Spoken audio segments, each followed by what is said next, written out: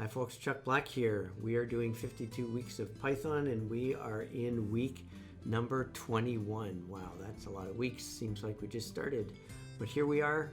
We have finished Python stuff in basics and intermediate, and we're going into a new module called files where we talk about JSON, XML, YAML, and CSV. And this lesson today is going to be about JSON. We're going to talk about JSON software, and we're going to look at an example of JSON reading stuff in. We're going to look at how Quokka uses JSON, but that's just at the very end. We're not going to go into great detail. Mostly we're going to be going through this code here, and in fact we're going to be going through it with the debugger too. Just maybe that will be a refresher for you in case you've forgotten how to use the debugger. So that's what this is about. Without further ado, let's get started with the lesson.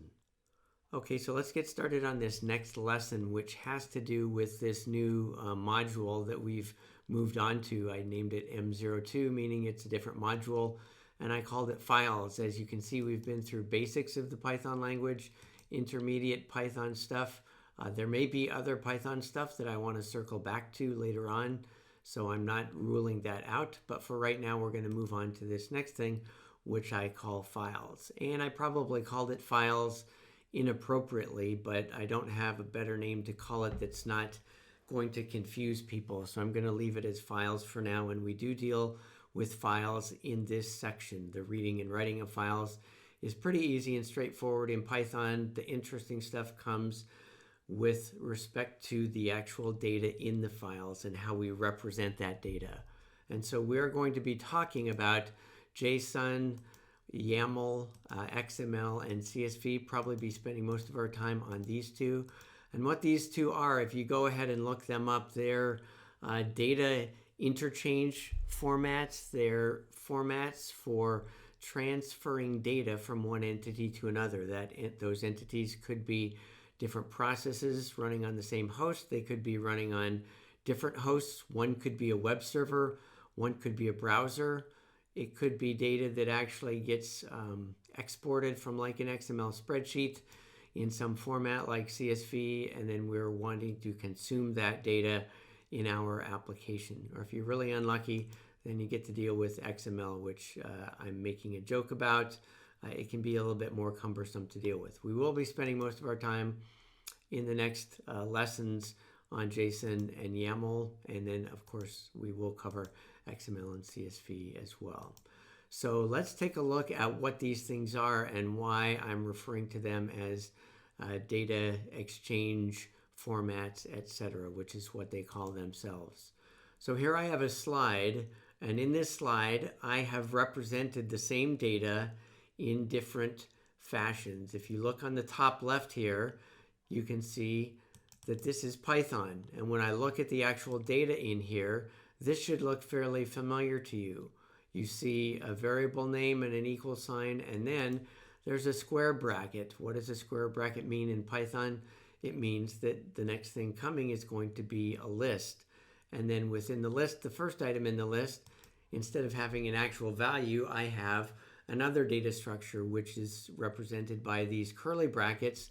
And because I see that there are key value pairs, then I know that this is a dictionary. So here's the dictionary with the key of name and then the value of represented by that name. And then we have SSH info. And oh, look at this. It's even more nested because the actual value associated with the key of SSH info is actually a dictionary. So the dictionary itself has keys such as hostname, which is the host name, and the port, and the credentials. And look, it's even more nested because credentials, we have another dictionary with username and password. So you can see I kind of went crazy when I created this with nested Python data structures, but we're going to see how that gets represented in these other languages. So let's look over to the right now of this. This is going to be our JSON data. And when you look at this, you may look and say, hey, look, it's another square bracket. I wonder if that means that the thing coming is something like a list. And the answer is yes, it is indeed something like a list. It's called an array in JSON, and it basically has the same function as a list. The first item in our list has curly brackets, and again, you may be saying, hey, that looks familiar too. I wonder if it's like a dictionary, and the answer is yes, it is like a dictionary. It has key value pairs just like a dictionary, and we'll go into this in JSON. It's called an object. So you see the stuff here looks very similar to the way the stuff is there. We'll go into some of the differences, but you can see that the world as we know it is fairly consistent. You have lists and you have dictionary type things, and they're represented in different ways. So let's go down below here and look at how things are done in YAML. And you look at this and first and say, whoa, wait a minute, that's kind of weird and a little bit different. Let's see if we can figure this out. Over here I have a dash. Over here I have a colon. Let's start here. I wonder if this means that it's a key value pair. And indeed, it is a key value pair. So it's effectively the same thing as what we have up here in JSON or what we have up here in Python. We have a key value pair.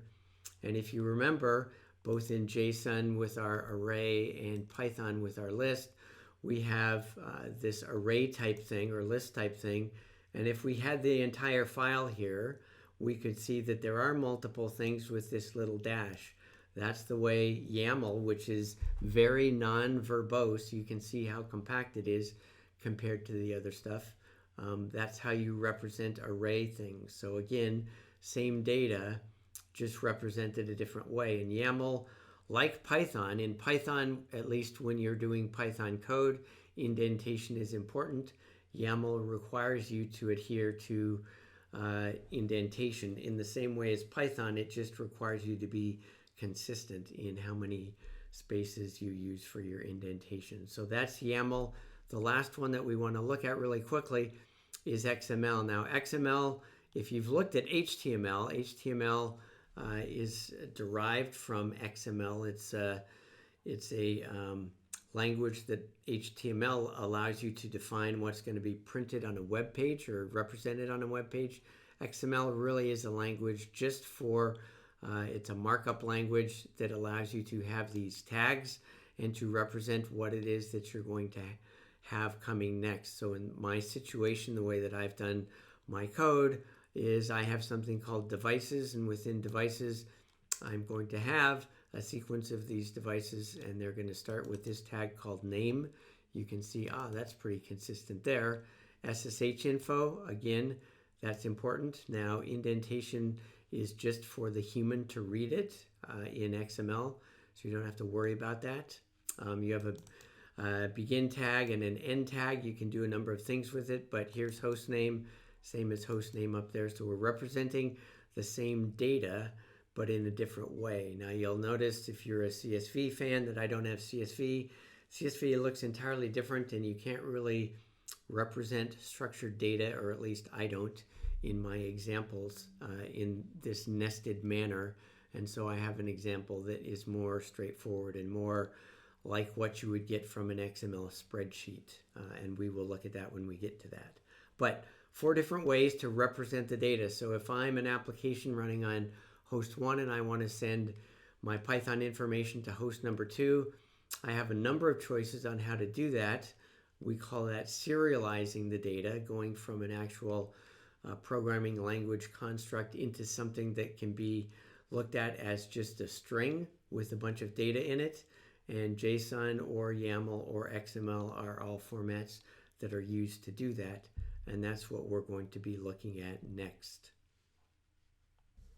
So let's dive down into JSON. That's what we'll be looking into in this lesson. So here I have expanded what we saw on the previous slide, and I just have Python on the left and JSON on the right.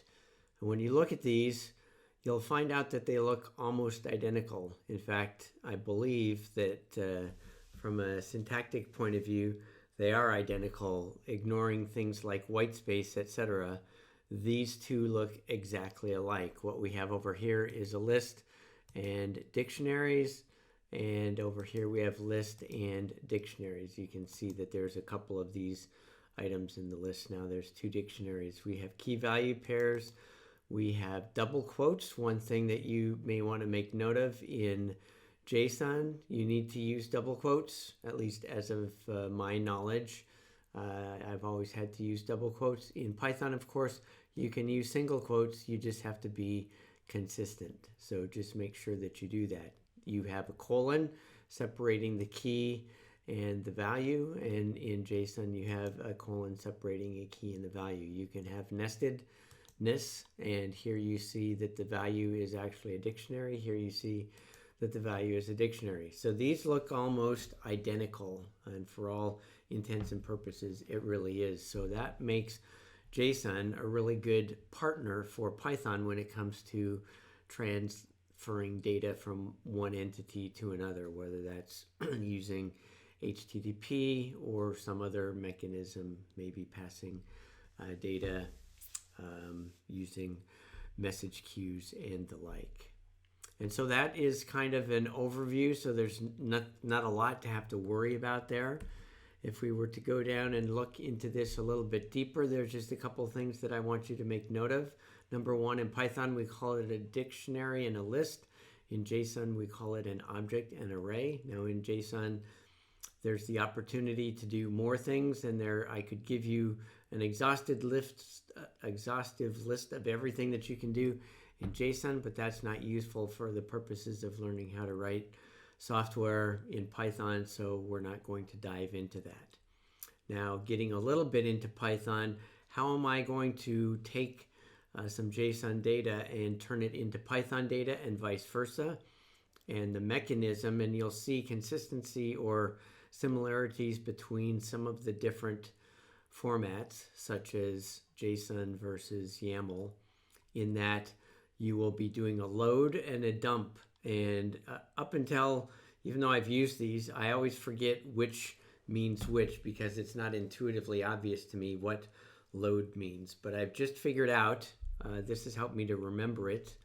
Not that you really need to remember it, you can always look it up, but it's from the perspective of your Python application. So load is what you do is when you take JSON data, which will be in the form of a string, this is going to be just one really long string with all of this data in it. So you're going to load string, that's what that S is for, and you are going to load it into Python data structures. So that's what load is for, to take existing JSON and interpret it and create the appropriate Python data. Dump is going to, on the other hand, take this Python data and it's going to actually dump it to a string, which will then be in the format of JSON. So load is to take it from a string, a JSON string, into Python, and dump is to take it from Python and put it into a string.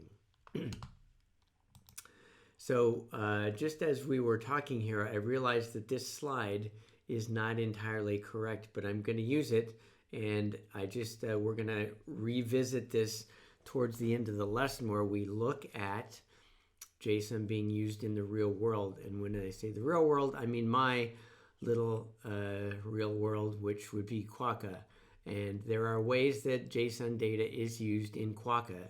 So in the interaction between the Quokka server and the user interface that's running in a browser, we actually send JSON data back to the browser when the browser asks for, hey, give me all of your devices.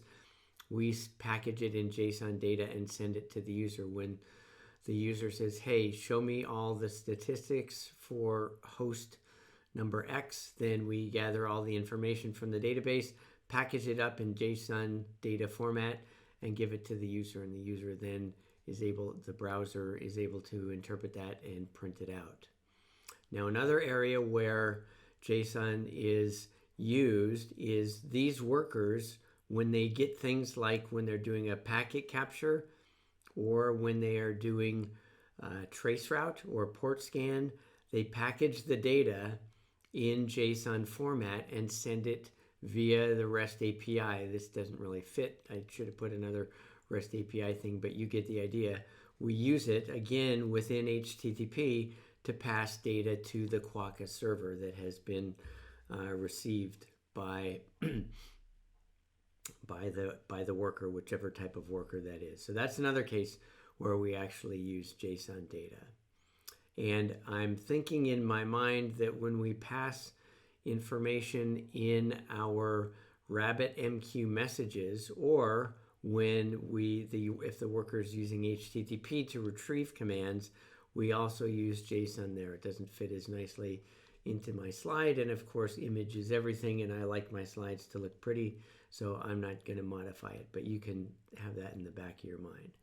Okay, that's how JSON is actually used. They're both HTTP examples here. There's the little RabbitMQ example. If you aren't familiar with Quokka, you do not need to be completely familiar with Quokka to understand this. Just know that it's getting used in real world type situations.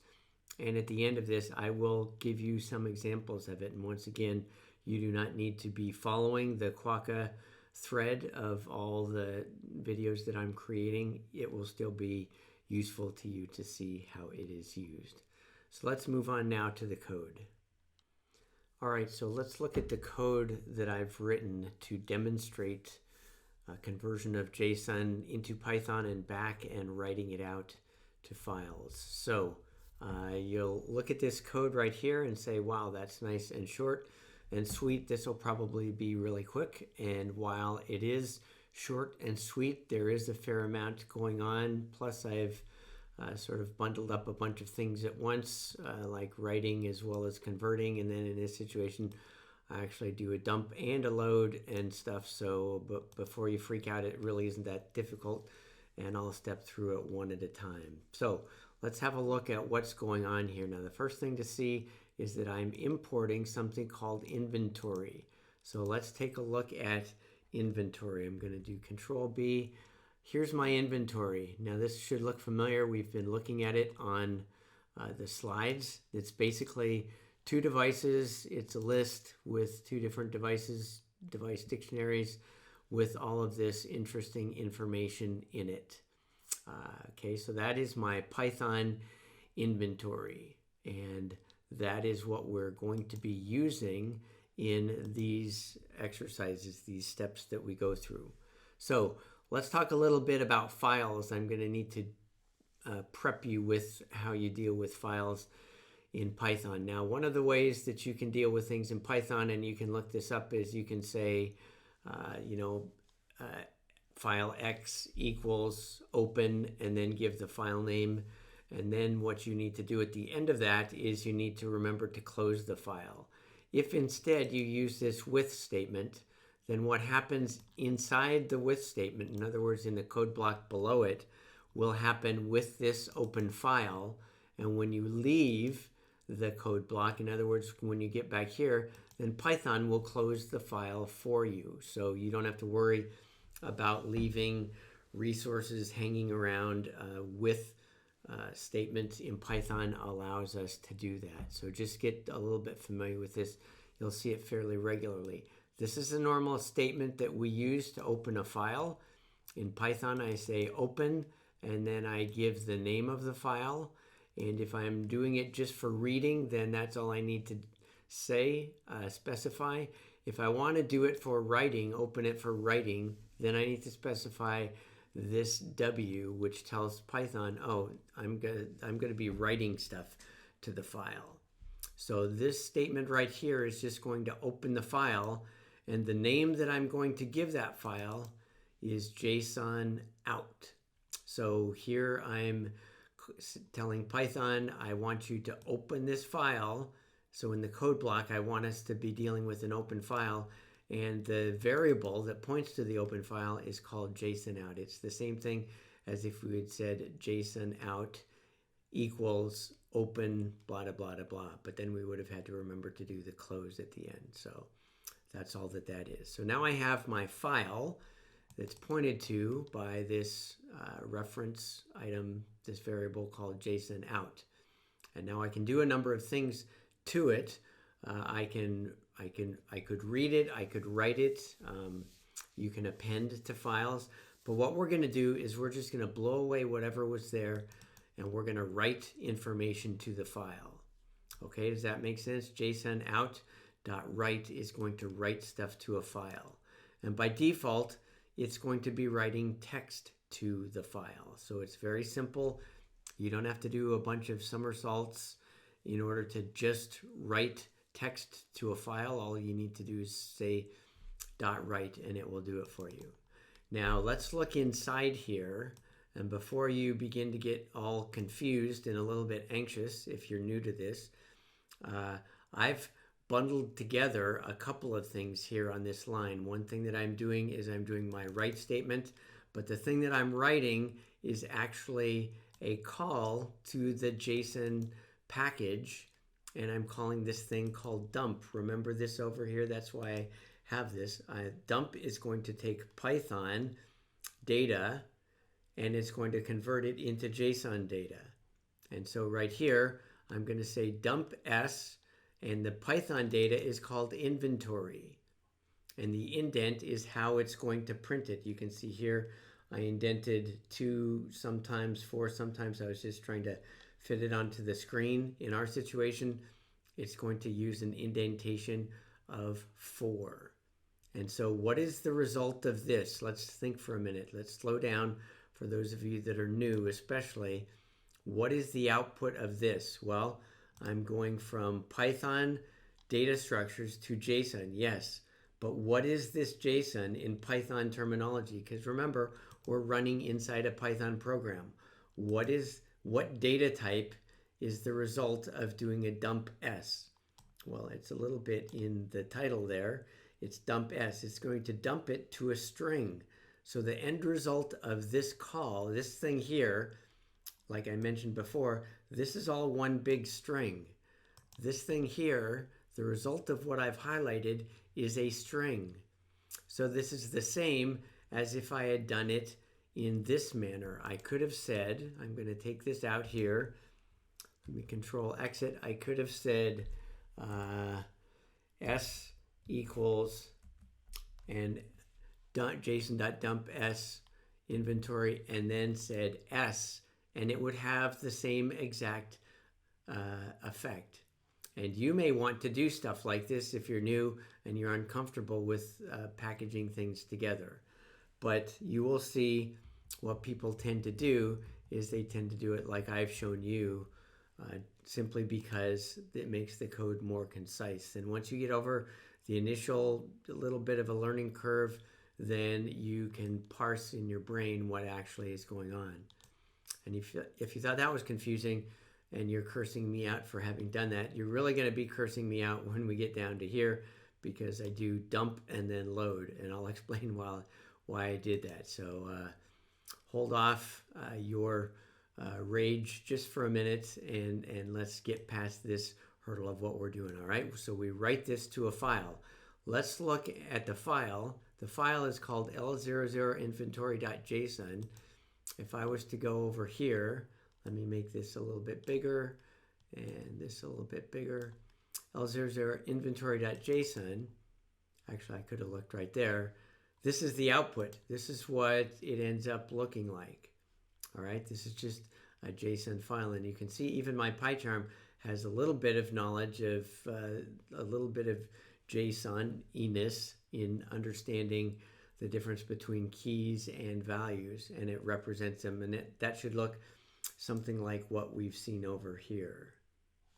All right, so that is the output of that one statement right here. That is what that does. It basically takes inventory, remember, which was Python data structure, and it's going to change it into a string by calling dump s, and then it's going to write it to that file.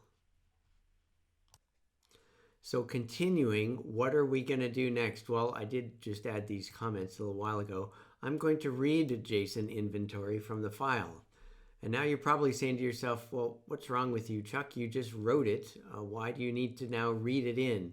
And I'll give you a clue. The reason that I want to read it in is for what I have down here. Basically, I'm going to take what I saved and have read back in, and I'm going to compare it with the original.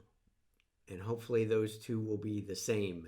And I'll know that both my writing and my dumping, as well as my reading, and then eventually down here my loading, are operating as they should. In other words, I will have gone from here on the left, Python, into JSON, written it to a file, read it from a file, converted it again back into Python, and then compared the two. That's kind of what our little exercise is doing.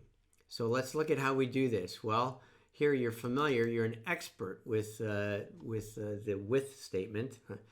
At this point in time, you go way back at least 5 or 10 minutes or however long it's been since you looked at this one. We're doing an open again, and we're doing opening the same file. It's the one that we just wrote out. So we're going to open this file, and I'm going to call it JSON in. I guess I could have called it JSON file in both of these cases, but I just called it out and in for some reason. And now what I'm doing, this is pure. Let me ask you this question. What about this statement here is JSON oriented? In other words, is this doing any JSON-y stuff? And look closely. I have the name JSON in, but that's just the name of the file. I have a variable called JSON inventory, but I'm not even doing anything with this JSON stuff. So what do I end up with here? Well, JSON inventory is going to be just a string. The string is going to be basically this entire file. It's going to be one string, and that will be what I read in. It's called JSON inventory, okay? It is a string with data which is in JSON format. Now the next thing that I'm going to do is I'm going to just print it out. That's all I'm doing. So I'm taking this string and I'm printing it out. And it occurs to me, I haven't run this yet. So let me go ahead and run it. And I'll show you what the output looks like. Oh, I have it down here. In fact, why don't I move that up to the right? I'm going to move to right top. Okay, there we go. And I'm going to make this bigger. And I'm going to get rid of that so we can look at this. So this is what I did. This is my print statement here. And it's going to print this out. I print out L00 inventory JSON file colon, and then this right here is the string that it's printing out right there. And you will notice, remember that it starts right at that open brackets. It should be the same as this JSON inventory, L00 inventory.json. And I'm pretty certain that it is. So my print statement worked fine. Now the next thing that I'm going to do, let's take a look at what I'm going to do here. I'm not doing any more file manipulation. I've written to the file right here, and I've read it back in right here. So now I have this thing called JSON inventory, which is a string. Now what I want to do is I want to print my actual data structure. And so what I'm going to do is this, and bear with me, and you may or may not want to do it the way that I did it. Let's start from the inside and work our way out. It's just a print statement. So what is the first thing that is on the inside here? JSON.load string from JSON inventory. Remember, load is going to take a string and it's going to convert it into a Python data structure. So the result of this is what? It is a Python data structure. That's what this is. Now we have this Python data structure right here, and that is what we are going to use in order to change it again back into a string. Now why am I doing that? The reason that I'm doing this is I'm just printing it out, and you may or may not feel like you need to do this. There's not really value if you were writing something for speed and performance in doing this, but what this is doing is it's converting from this string into actual Python data, and then it's converting it back to a string again so that it can print it in a pretty fashion. And that's what you see here is this prettily printed data in the format, again, that's just a string, and it's exactly the same thing as what we had here. But the important thing is this. It went through this transformation. It went from a string into Python data and then back into the string. So hopefully that's not too much for your brains to handle. It's really just for printing stuff out so I could see that it was exactly the same. And as I say, if that's a little bit too much, just have it in the back of your mind. Again, this isn't something that you would do in the wild. You wouldn't need to do that unless you were just trying to print stuff out. But for me, it's confirmation that my transformation of the data from a string into Python objects back into a string, I end up with exactly the same data as I had before. Now the last test is going to allow Python to do the comparison, and in order to do that, we are going to be looking at Python data structures, not strings. So remember, what is inventory? Inventory is this actual Python list with dictionary items in it. It's all Python stuff. All right. Now let's go back here. That's what inventory is. That's this thing right here. What is our saved inventory? What is the inventory that we have written and then we've read it back? So this process right here wrote it to a file, read it back into this thing called JSON inventory. See how nice PyCharm is it's highlighting it for me. So here's JSON inventory. Remember, we read it from a file, and it is a string that looks like this, but it's just a string. It's not data structure stuff. It's just a string. I need to change it into Python data structure. And how do we do that? We do that with load.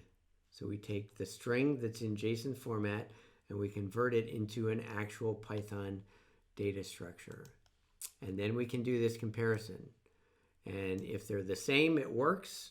And in fact, in this situation, it did. Now you may say, well, this seems like it's a fixed test. It's always going to work. That's actually not true. I have found with XML, can't remember if I had this problem with YAML as well, but I ended up with issues because of the fact that in our situation here, what do you notice? What type of data is this?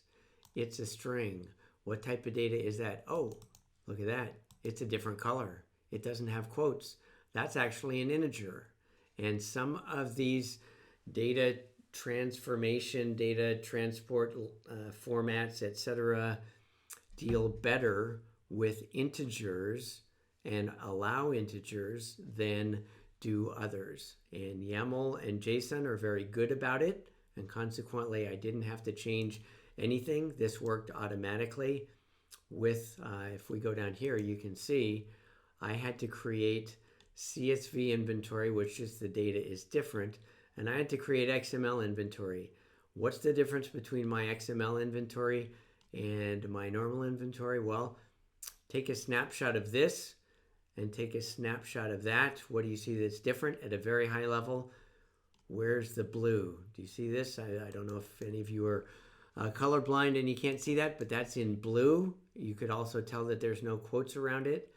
But in my XML, because XML doesn't know about integer numbers, or at least not the way that I was using it, I had to specify ports and stuff using quotes as strings. And so that's why I had to do that. So that's just to tell you, this is a valid test. I've got the original one that I've never changed, and this is the one that I wrote, and then I read it back in from the file, and then I changed it, the stuff I wrote, I changed it first to a JSON string, and when I read it in, I changed it back into a Python object, called it saved inventory, and lo and behold, it actually worked. All right, one last thing before we depart from looking at this particular test code that's demonstrating JSON loading and dumping JSON data. Why don't we, since you are now experts from my debugging session, you're experts in debugging stuff, let's run this with the debugger. So I'm going to go ahead and click debug, and I want to run this thing all over again. So let's run it in the debugger. Now, it just ran it in the debugger. That was pretty lame, wasn't it? Because I don't have any breakpoints. So we see that it worked even in the debugger. That was pretty stupid. Let me go here. Let's go here, and now I have a breakpoint.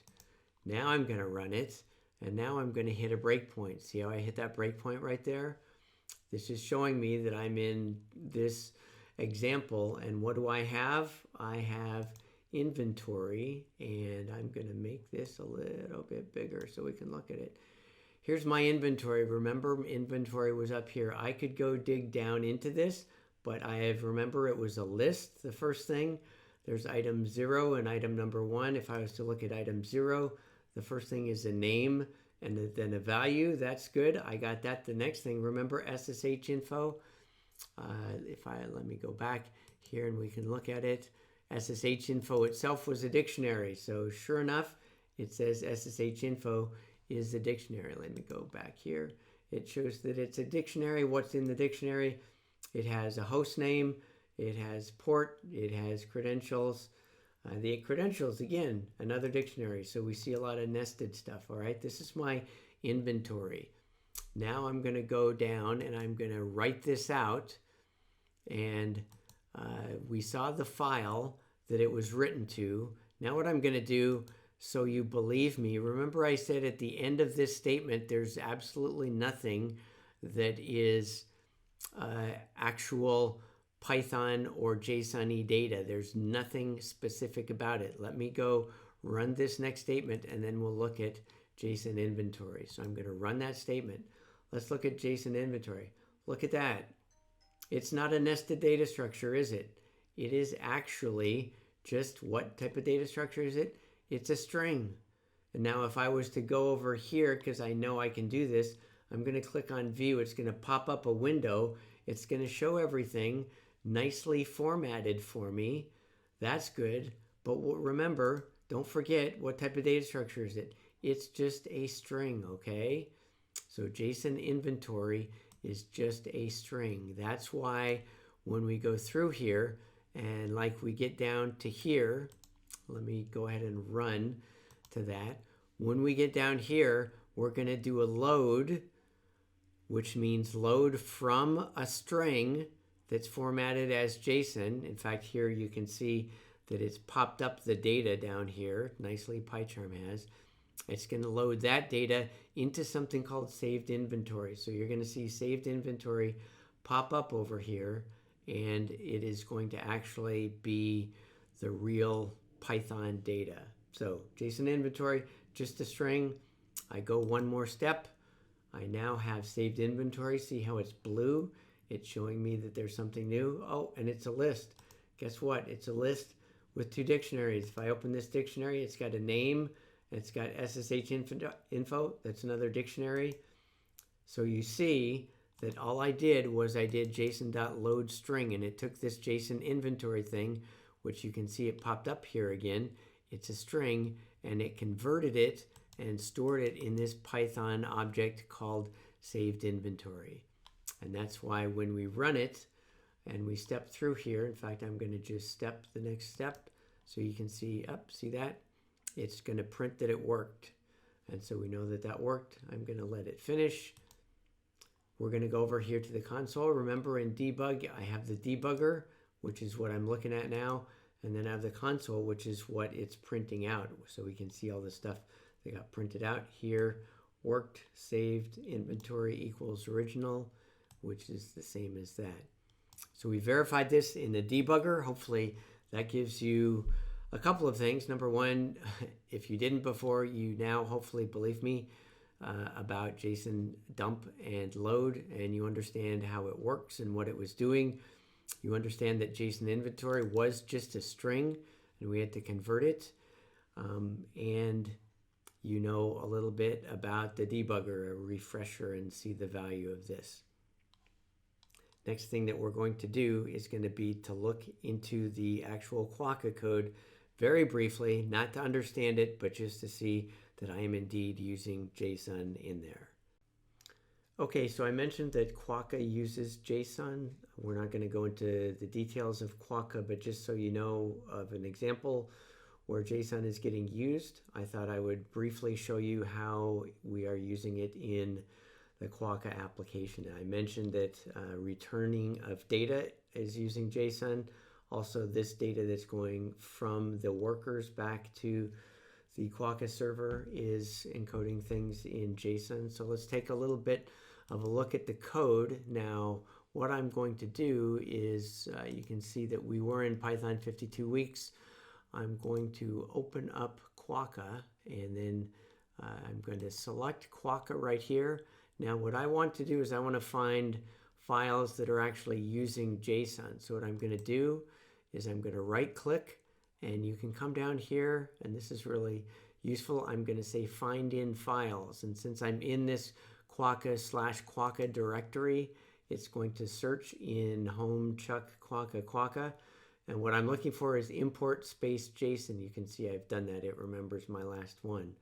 And you can see here are some situations. I talked about capture manager, port scan manager, trace route, and these are the actual worker code is using it, the workers themselves that are going out and doing that, and as well as the remote Quokka worker. So you can see that there is some JSON going on, and this APIs is where we go between the database and the rest of the application. So that's in there as well.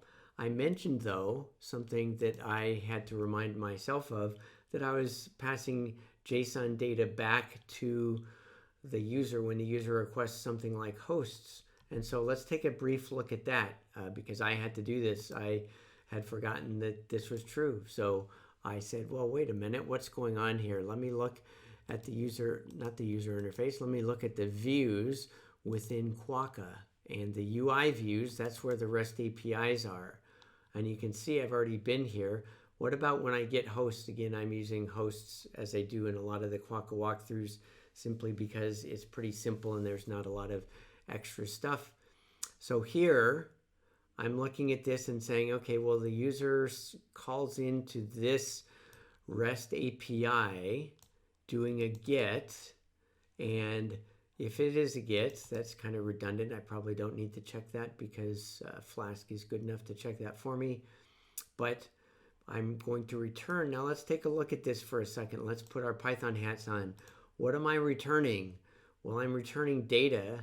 What's the meaning of this curly brackets? Well, you've seen curly brackets before. What do curly brackets mean?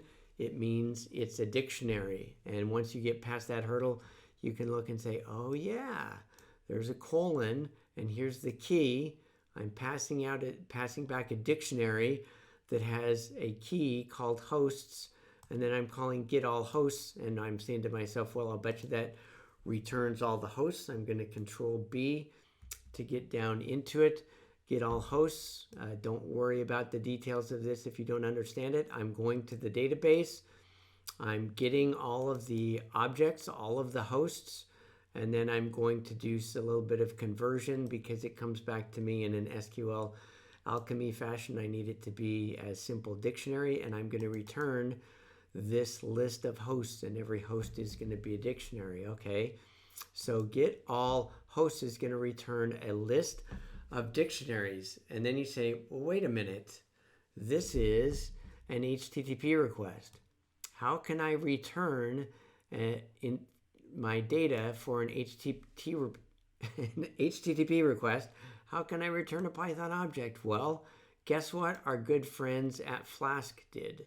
It didn't used to be true with Flask, but as of Flask 1 point something, they made it so that you can return a Python dictionary to an API call, and Flask will do what's called a JSONifier. There's a package called JSONify. It's going to do the conversion of this Python data structure into JSON, and it's going to pass back the JSON just exactly like we want. That's why we didn't see any of those import JSON in any of these UI calls, because I don't actually have to explicitly convert it to JSON. And so when we look here, this is getting done automatically for me by the actual Flask framework itself. And so that's really good. Now, what do you suppose they're doing? Well, I can tell you what they're doing. They're going to be doing something like this right here. They're going to be dumping, or this right here, they're going to be taking a Python data structure and converting it into a JSON string and then passing it back. So that's that example. I showed you a little bit of clues in Quokka in case you're interested in Quokka, how we're using JSON. It is very useful. It's very easy to read. As a human, it's very easy to understand, and it's also quite easy and useful if you're a computer that has to parse it. And that we've looked at, mainly it uses objects and arrays, which are analogous to Python lists, let me do it in the right order, dictionaries and lists. And that's how we use it in Quokka, and that's how you can use it in any other stuff that you write as well. Okay, let's quickly review what we talked about. We talked about how you can take Python data and translate it into these data formats like JSON, XML, and YAML for transmitting it in between applications or services. We looked specifically down into JSON and looked at the similarities, of which there are many, between it and Python. We looked at what the things are called. They're called objects and arrays rather than dictionaries and lists. And loads, remember, this is from the perspective of your Python application. So load takes JSON and loads it into Python data structures, and dump writes it out to strings. And we promised that we would look at how it's used in Quokka as well. And just to briefly review the code, we have this code that we use this inventory, we convert it into JSON, we write it out, we read it in, and then eventually we compare to make sure that what we originally had, this thing called the inventory, plus what we wrote out and saved and then read back in, that those two are exactly the same. And lastly, we looked at the Quokka's usage of JSON, of which there are many examples. So hopefully that's giving you a good idea about what JSON is all about, how it works, how easy it is, and it will be useful hopefully to you as you go about your Python business in the future.